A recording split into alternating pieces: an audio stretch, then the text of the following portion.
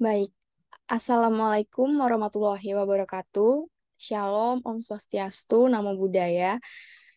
Kepada Ibu Natasha Yunita selaku dosen pengajar kami yang kami hormati, pada kali ini kami akan mempresentasikan hasil penelitian kami yang berjudul Perbandingan Hukum tentang Hak Asuh Anak dan Pembagian Harta Perkawinan sehubungan dengan akibat putusnya perkawinan antara negara Indonesia dan negara Singapura.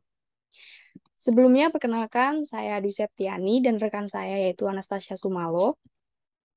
Baik, kita akan lanjut ke abstrak. Yang pertama, abstrak. Penelitian ini bertujuan untuk mengetahui perbandingan antara hukum Indonesia dan hukum Singapura terhadap hak asuh anak dan pembagian harta perkawinan sehubung dengan akibat putusnya perkawinan. Permasalahan yang diangkat dalam penelitian ini adalah persamaan dan perbedaan pengaturan mengenai akibat dari putusnya perkawinan terhadap hak asuh anak dan harta perkawinan dari hukum Indonesia dan hukum Singapura. Penelitian ini merupakan penelitian normatif. Metode penelitian normatif merupakan jenis penelitian yang dilakukan dengan cara meneliti bahan pustaka atau data sekunder. Dalam penelitian ini, norma yang diteliti yaitu mengenai pembagian harta perkawinan karena adanya perceraian. Hasil penelitian menunjukkan bahwasanya dalam hukum Indonesia dan hukum Singapura terdapat beberapa persamaan dan juga perbedaan dari ketentuan yang mengatur tentang hak asuh anak dan pembagian harta perkawinan sehubung dengan akibat putusnya perkawinan. Berikutnya adalah pendahuluan. Perkawinan menurut undang-undang tersebut ialah ikatan lahir dan batin, maka tujuan perkawinan adalah untuk membentuk suatu perjanjian dan mempunyai tujuan untuk mewujudkan kebahagiaan pasangannya. Akan tetapi, pernikahan tidak selamanya akan abadi. Ikatan pernikahan dapat putus karena suatu sebab tertentu. Di Indonesia, peraturan mengenai perceraian diatur dalam Peraturan Pemerintah Nomor 9 Tahun 1975. Dalam peraturan tersebut disebutkan bahwa perceraian terbagi menjadi dua, yaitu perceraian talak dan cerai gugat. Peraturan tentang pembagian harta bersama telah diatur dalam pasal 37 Undang-Undang Nomor 1 Tahun 1974. Sedangkan peraturan tentang hak asuh anak terdapat pada pasal 41, pasal 42, pasal 49, serta pasal 105 Undang-Undang Nomor 1 Tahun 1974 tentang perkawinan serta Undang-Undang Nomor 23 Tahun 2002 tentang perlindungan anak. Di Singapura, masalah perkawinan dan perceraian secara jelas diatur khusus dalam uh, dalam hukum keluarga yaitu Women Charter 1961. Pengaturan tentang perceraian dan permasalahannya terdapat pada part 10. Women Charter adalah piagam atau undang-undang yang mencakup peraturan yang ditunjukkan kepada seluruh warga secara universal tanpa memandang agama. Kami memilih perbandingan kepada negara Singapura karena negara Singapura sendiri menganut sistem hukum common law, sedangkan Indonesia menganut sistem civil law. Berikutnya metode. Jenis metode yang digunakan adalah normatif. Metode normatif merupakan jenis penelitian yang dilakukan dengan cara meneliti bahan pustaka atau sekunder. Dalam penelitian ini, normatif diteliti yaitu mengenai pembagian harta perkawinan karena adanya perceraian. Norma ini diteliti dengan cara perbandingan hukum berdasarkan objek yang diteliti. Perbandingan hukumnya adalah sistem hukum yang ada di negara Indonesia dan negara Singapura mengenai akibat perceraian tentang pembagian harta perkawinan. Berdasarkan pada tujuannya, maka ini merupakan penelitian deskriptif, yaitu metode yang memperlihatkan karakteristik fenomena yang tengah diteliti. Maka berdasarkan periodisasinya, penelitian ini merupakan penelitian horizontal. Penelitian horizontal adalah penelitian yang seimbang atau sejajar. Maka dalam hal ini digunakan untuk membandingkan sistem hukum yang sedang berlaku di negara Indonesia dan negara Singapura. Berdasarkan pada pokok permasalahan yang kami angkat, maka dalam hal ini kami memilih menggunakan metode penelitian hukum normatif untuk menganalisis ketentuan tentang hak asuh anak dan pembagian harta perkawinan sehubung dengan akibat putusnya perkawinan antara negara Indonesia dan negara Singapura. Berikut adalah hasil penelitian kami. Yang pertama ada ketentuan hukum tentang pembagian harta bersama hak asuh anak setelah perceraian menurut hukum Indonesia. Dalam Undang-Undang Nomor 1 Tahun 1974 Pasal 1 disebutkan bahwa baik ibu atau bapak tetap berkewajiban memelihara dan mendidik anak-anaknya semata-mata berdasarkan kepentingan anak. Bila mana ada perselisihan mengenai penguasaan anak-anak, maka pengadilan akan memberikan keputusannya. Untuk memelihara dan mendidik anak-anak pasca perceraian, ayah atau ibu diberikan hak yang sama. Akibat putusnya perkawinan terhadap hak asuh anak diatur dalam pasal 41 Undang-Undang Nomor 1 Tahun 1974, pasal 45 Undang-Undang Nomor 1 dan pasal 49 Undang-Undang Nomor 1 Tahun 1974 juga menegaskan meskipun orang tua dicabut kekuasaannya, mereka masih tetap berkewajiban untuk memberikan biaya pemeliharaan kepada anak tersebut. Maka dari pasal tersebut dapat ditarik benang merah bahwa seorang anak yang dibawa pemeliharaan baik bapak ataupun ibu, maka bapaklah yang harus menjamin jumlah biaya pemeliharaan dan pendidikan anak. Selanjutnya akan dilanjutkan oleh Anastasia. Baik, terkait kasus yang diangkat, kami mengangkat kasus dari sepasang suami istri A dan ANR di Surabaya tercatat melangsungkan pernikahan pada tanggal 4 Maret 2010 berdasarkan kutipan akta nikah nomor perkawinan A dan ANR berjalan harmonis sebagaimana layaknya suami istri dan memiliki satu orang anak yang diberi nama AZP, umur 3 tahun. Perselisihan dan pertengkaran antara A dan ANR tersebut semakin lama semakin memanas. Akhirnya sejak September 2016, A dan ANR sudah pisah rumah. Yang sampai diajukan gugatan ini sudah berjalan sekitar 10 bulan dan sejak itu pula A tidak diberi nafkah lahir batin. Lalu pengadilan memutuskan satu, mengabulkan gugatan ANR, dua, menjatuhkan talak satu bain sugra A terhadap ANR, tiga, menetapkan hak pemeliharaan atau hak pengasuhan anak terhadap anak hasil perkawinan A dan ANR, yaitu AZP, kepada ANR selaku ibu kandungnya. Empat, pemerintahan Panitera Pengadilan Agama Surabaya untuk mengirimkan salinan putusan ini kepada pegawai pencatatan nikah KUA Kecamatan Tandes dan Kecamatan Sukomanunggal Kota Surabaya. Untuk itu dicatat dalam daftar yang disediakan untuk itu. 5. Membebankan biaya perkara kepada penggugat sebesar Rp541. Selanjutnya adalah ketentuan hukum tentang hak asuh anak setelah perceraian menurut hukum Singapura. Dalam ketentuan hukum Singapura, jika seseorang pria dan seorang wanita yang semula menikah dan memiliki anak, lalu sedang mengalami perceraian, pengadilan akan menangani hak keduanya atas hak asuh, perawatan kontrol, serta akses terhadap anak. Ada 3 masalah dan hak yang sangat berbeda yang diizinkan dan diberikan oleh pengadilan. Yang pertama ada pengasuhan anak, yang kedua ada perawatan dan kontrol anak, dan yang ketiga ada akses ke anak-anak. Ketiga perangkat hak dan tanggung jawab ini dimaksudkan untuk menghadapi cara-cara yang berbeda di mana orang tua perlu membuat keputusan dan berinteraksi dengan anak-anak dalam membesarkan mereka. Pengadilan dalam membuat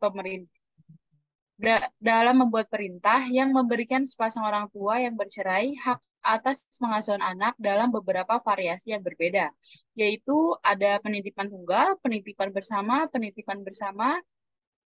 mohon maaf, maksud saya perintah bersama, dan yang terakhir ada perintah pengasuhan terpisah. Selama perintah penitipan atau perintah perawatan dan kontrol aktif, hanya orang tua dengan pengawasan atau perawatan dan kontrol yang dapat membawa anak-anak keluar Singapura, kecuali jika orang tua yang tidak memiliki pengawasan atau perawatan dan kontrol telah memberikan persetujuannya untuk ini atau pengadilan telah memberikan izin untuk ini. Selanjutnya, kasus yang diangkat, APE dan APF adalah sepasang suami istri yang telah menikah pada tahun 1999 dan mempunyai seorang putri yang lahir pada tahun 2004. Sang suami berusia 43 tahun yang bekerja sebagai pilot di salah satu maskapai penerbangan sejak tahun 2012. Dan sang istri berusia 42 tahun bekerja sebagai petugas bank.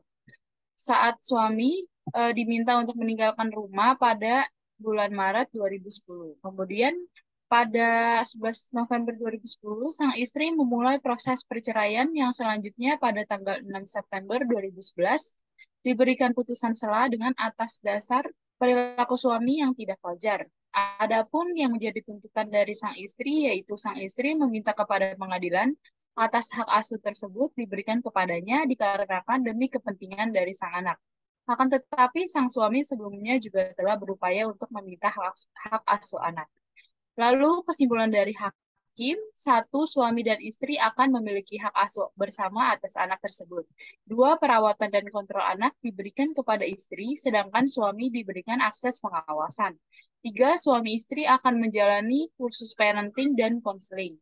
Masing-masing pihak harus menanggung biayanya sendiri. Anak itu juga akan menghadiri konseling sehingga dia bisa berhubungan lebih baik dengan ayahnya. 4. Kursus pengasuhan anak dan sesi konseling dalam paragraf sebelumnya harus diselesaikan dalam waktu 3 bulan sejak tanggal putusan. Setelah itu, suami akan mohon maaf, maksud saya suami akan memiliki akses yang wajar terhadap anak dengan syarat-syarat berikut. 5. Suami diberi akses ke anak setidaknya sekali dalam 2 minggu. Dia harus memberikan pemberitahuan terlebih dahulu minimal 2 hari kepada istri. 6. CFH akan mengawasi 4 sesi pertama akses oleh suami. Setelah itu, CFH akan menyerahkan laporan dengan rekomendasi ke pengadilan. 7. Anak akan diizinkan mengakses suami ketika eh, anak ingin bertemu dengan suaminya. Lalu ada ketentuan hukum tentang pembagian harta bersama setelah perceraian menurut hukum Indonesia. Pasal 35 ayat 1, harta bawaan dari masing-masing suami dan istri dan harta benda yang diperoleh masing-masing sebagai hadiah atau warisan adalah di bawah penguasaan masing-masing si penerima. Para pihak tidak menentukan lain. Pasal 6, harta bawaan masing-masing suami dan istri mempunyai hak sepenuhnya untuk melakukan perbuatan hukum mengenai harta bersama. Namun pada pasal 37 disebutkan kata hukumnya masing-masing mempunyai arti yang termasuk ketentuan perundang-undangan yang berlaku bagi golongan agama dan kepercayaan itu selama tidak bertentangan dengan undang-undang lain seperti hukum adat, agama, serta hukum-hukum lainnya yang menyangkut mengenai pembagian harta bersama tersebut. Kasus yang diangkat, kasus yang diangkat berdasarkan putusan pengadilan nomor 0488 PDT-G garing 2012 garing PASKA, Taryanto dan Sri Margiani merupakan suami istri yang dulu menikah pada 18 Februari 1985 di KUA Kecamatan Banjarsari, Kota Surakarta yang telah bercerai pada 15 November 2011. Keduanya mendapatkan putusan perceraian dari Pengadilan Agama. Kemudian setelah bercerai, mereka mempermasalahkan pembagian harta bersama. Dalam hal ini, Taryanto mengajukan gugatan kepada Sri Margiani pada 16 Juli 2012 lantaran harta bersama yang diperolehnya selama perkawinan. Harta bersama yang dimaksudkan adalah sebidang tanah beserta bangunan rumah yang ada di atasnya. Sebagaimana dalam sertifikat hak milik nomor 8306 atas nama Taryanto seluas kurang lebih 200 meter persegi. Menurut Taryanto, harta tersebut merupakan harta gono gini miliknya setelah Sri Margiani yang hingga saat pada gugatan tersebut dilayangkan belum juga dibagi. Taryanto khawatir jika suatu saat nanti akan dialih tangankan tanah tersebut kepada pihak lain secara melawan hukum. Kemudian hakim mengadili satu menetapkan sebagai hukum harta berupa sebidang tanah beserta bangunan rumah yang di atasnya sebagaimana disebut dalam SHM nomor 8306 atas nama Taryanto seluas 200 meter yang terletak di Kelurahan Kadipiro, Kecamatan Banjarsari, Kota Surakarta, yang diperoleh selama perkawinan Taryanto dan Sri Margiani adalah sebagai harta bersama dan masing-masing berhak seperdua bagian atas harta bersama tersebut. Dua, memerintahkan Taryanto dan Sri Margiani untuk membagi harta bersama pada diktum angka 2 tersebut masing-masing seperdua bagian apabila tidak dapat dibagi secara natural, maka harus dilelang lelang di muka umum dan hasil penjualan lelang dibagi dua antara Taryanto dan Sri Margiani. Tiga, menghukum Sri Margiani untuk menyerahkan kepada Taryanto seperti bagian harta bersama yang menjadi bagian Taryanto. Baik, berikutnya ada ketentuan pembagian harta bersama setelah perceraian menurut hukum Singapura. Dalam sistem hukum common law, suami dan istri saling mempertahankan harta yang mereka miliki selama perkawinan. Seperti yang biasa terjadi bahwa laki-laki adalah sebagai kepala keluarga dan pencari nafkah, sedangkan perempuan mempunyai peran sebagai ibu rumah tangga. Namun hal tersebut tidak dapat diterima secara luas seperti dulu karena pada faktanya banyak pula perempuan yang masih menjalani karirnya dengan tujuan menambah penghasilan yang nantinya dijadikan sebagai harta bersama atau harta perkawinan. Berdasarkan pasal 12 ayat 10 dari Warman Charter, bahwasanya harta perkawinan menurut pasal di atas yaitu aset perkawinan yang mencakup aset-aset dalam bentuk apapun yang diperoleh selama perkawinan berlangsung, tetapi juga dapat mencakup harta sebelum perkawinan dan pembagian harta ini harus dilakukan secara adil dan merata. Dari uraian di atas, dapat disimpulkan bahwasanya harta perkawinan menurut pasal di atas yaitu aset perkawinan yang mencakup aset-aset dalam bentuk apapun yang diperoleh selama perkawinan berlangsung, tetapi juga dapat mencakup harta sebelum perkawinan.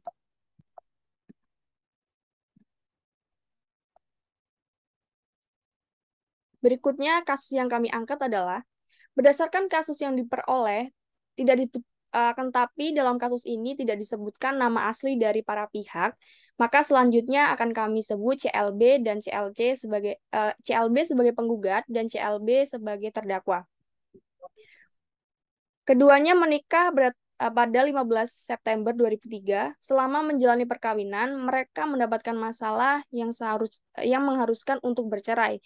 Kemudian putusan perceraian sementara dikabulkan oleh pengadilan pada tanggal 26 Juli 2019 dan hal-hal mendukung atau AM yang berkaitan dengan pembagian harta perkawinan dijelaskan pada tanggal 20 dan 21 Januari 2021. Dalam hal ini, keduanya memiliki dua orang anak yang berusia 16 tahun dan 14 tahun. Perselisihan yang terjadi adalah mengenai harta bersama selama perkawinan, yang diklaim oleh suami sebagai harta sebelum menikah dan karenanya harus dikeluarkan dari harta bersama atau aset perkawinan. Sedangkan sang istri mengklaim bahwa aset-aset yang diperoleh harus dimasukkan ke dalam harta bersama. Para pihak di sini mempermasalahkan sejumlah harta yang dimiliki atas nama masing-masing, kemudian dikatakan sebagai harta perkawinan. Aset pernikahan yang dimaksudkan mulai dari sejumlah uang hingga mobil. Untuk itu, sang suami menggugat istri lantaran ia ingin harta miliknya yang atas namanya itu kembali.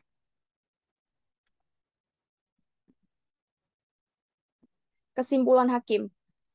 Total kumpulan aset perkawinan senilai 13.233.139 dolar Singapura harus dibagi rata di antara para pihak. Yang kedua, para pihak harus mengerjakan perintah konsekuensial. Jika mereka dapat mencapai kesepakatan tentang mereka, mereka dapat mengirim draft ke pengadilan untuk persetujuan, menunjukkan persetujuan mereka sebelum mengekstraksi pemerintah. Para pihak memiliki kebebasan untuk mengajukan ke pengadilan jika mereka tidak dapat mencapai kesepakatan tentang perintah konsensual. Saya menjelaskan bahwa perintah pembagian aset ini bersifat final. Dengan demikian, untuk keperluan pengajuan banding terhadap perintah ini, tanggal penilaian saya sehubung dengan perintah adalah 21 Maret 2021. Masalah biaya harus disepakati antara pihak dan jika tidak disetujui, mereka bebas untuk menulis ke pengadilan untuk petunjuk sehubung dengan biaya. Para pihak harus secara serius mempertimbangkan pilihan untuk menanggung biaya sendiri sehubung dengan masalah IM ini. 5. Ketika saya menyampaikan keputusan ini, saya juga mengarahkan bahwa para pihak harus menulis surat untuk peringatan ke pengadilan jika mereka melihat kesalahan faktual atau tipografi dalam penghitungan atau lainnya pada berbagai angka yang disebutkan dalam waktu 1 minggu sejak tanggal keputusan. Berikutnya ada analisis dan diskusi. Yang pertama ada persamaan dan perbedaan. Persamaan antara Undang-Undang Perkawinan dan Women Charter 1961 adalah keduanya mengatur mengenai akibat dari putusnya perkawinan dalam cakupan bidang hukum. Sedangkan perbedaannya terletak pada tidak diaturnya mengenai perwalian setelah putusnya perkawinan dalam Women Charter. Persamaan lain dari Undang-Undang Perkawinan dan Women Charter 1961 adalah keduanya mengatur akibat dari putusnya perkawinan ada tiga hal, yaitu sebagai berikut.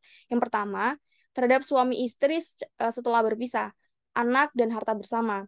Perbedaan terletak pada Women Charter yang menegaskan bahwa dalam pembagian harta bersama dilakukan secara adil oleh pengadilan yang mengadili perkara. Sedangkan dalam Undang-Undang Nomor 1 Tahun 1974 menegaskan bahwa pembagian harta bersama dilakukan menurut ketentuan hukum masing-masingnya. Yang kedua, terdapat lebih banyak pasal yang mengatur mengenai putusnya perkawinan dalam Women Charter pasal 10. Sedangkan dalam Undang-Undang Nomor 1 Tahun 1974 dalam pasal 1, maksud saya pasal 4 hanya mengaturnya. Yang ketiga, pada Women Charter, aturan mengenai akibat putusnya perkawinan dibuat secara jelas dan terstruktur serta mampu memenuhi kebutuhan dan dapat memahami masyarakatnya. Sedangkan dalam Undang-Undang Perkawinan, pengaturan tersebut dibuat secara sederhana yang berakibat timbulnya bermacam pandangan yang berbeda. Baik, selanjutnya ada persamaan dan perbedaan pengaturan pembagian hak asuh anak.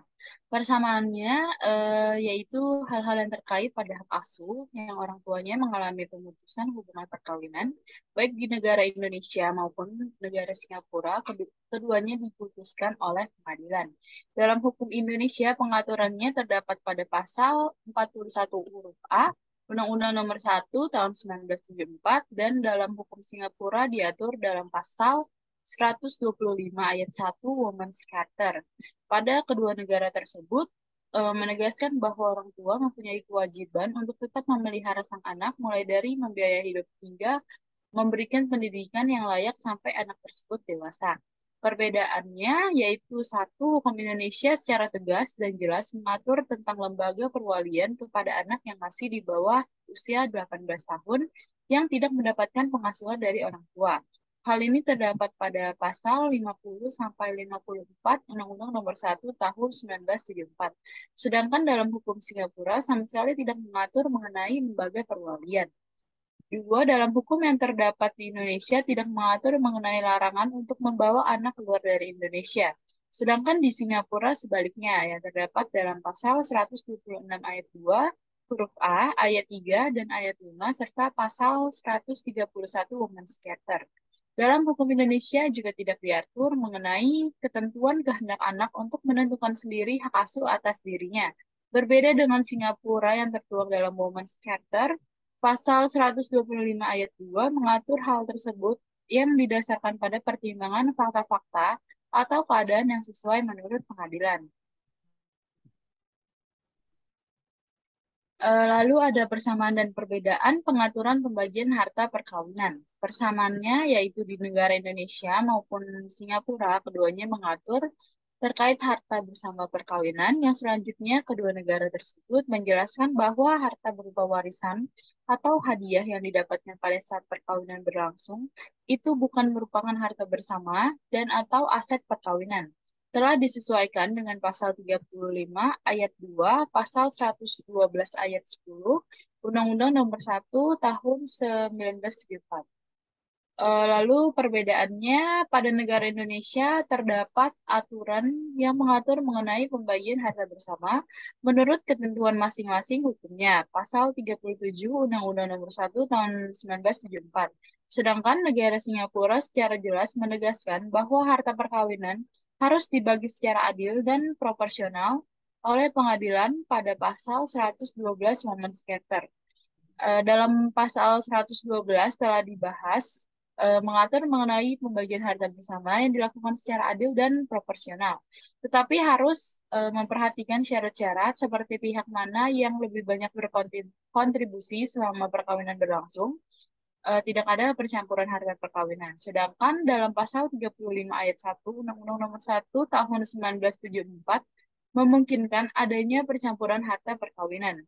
Selanjutnya mengenai pembagian harta bersama di Indonesia ditentukan berdasarkan dibuat atau tidaknya suatu perjanjian perkawinan yang terdapat dalam pasal 29 dan pasal 36 ayat 1 Undang-Undang Nomor 1 Tahun 1974, sedangkan dalam hukum Singapura tidak diatur mengenai perjanjian perkawinan. Adanya perbedaan terhadap kedua peraturan hukum mengenai perkawinan tersebut memang tidak terlepas dari bagaimana terbentuknya peraturan tersebut.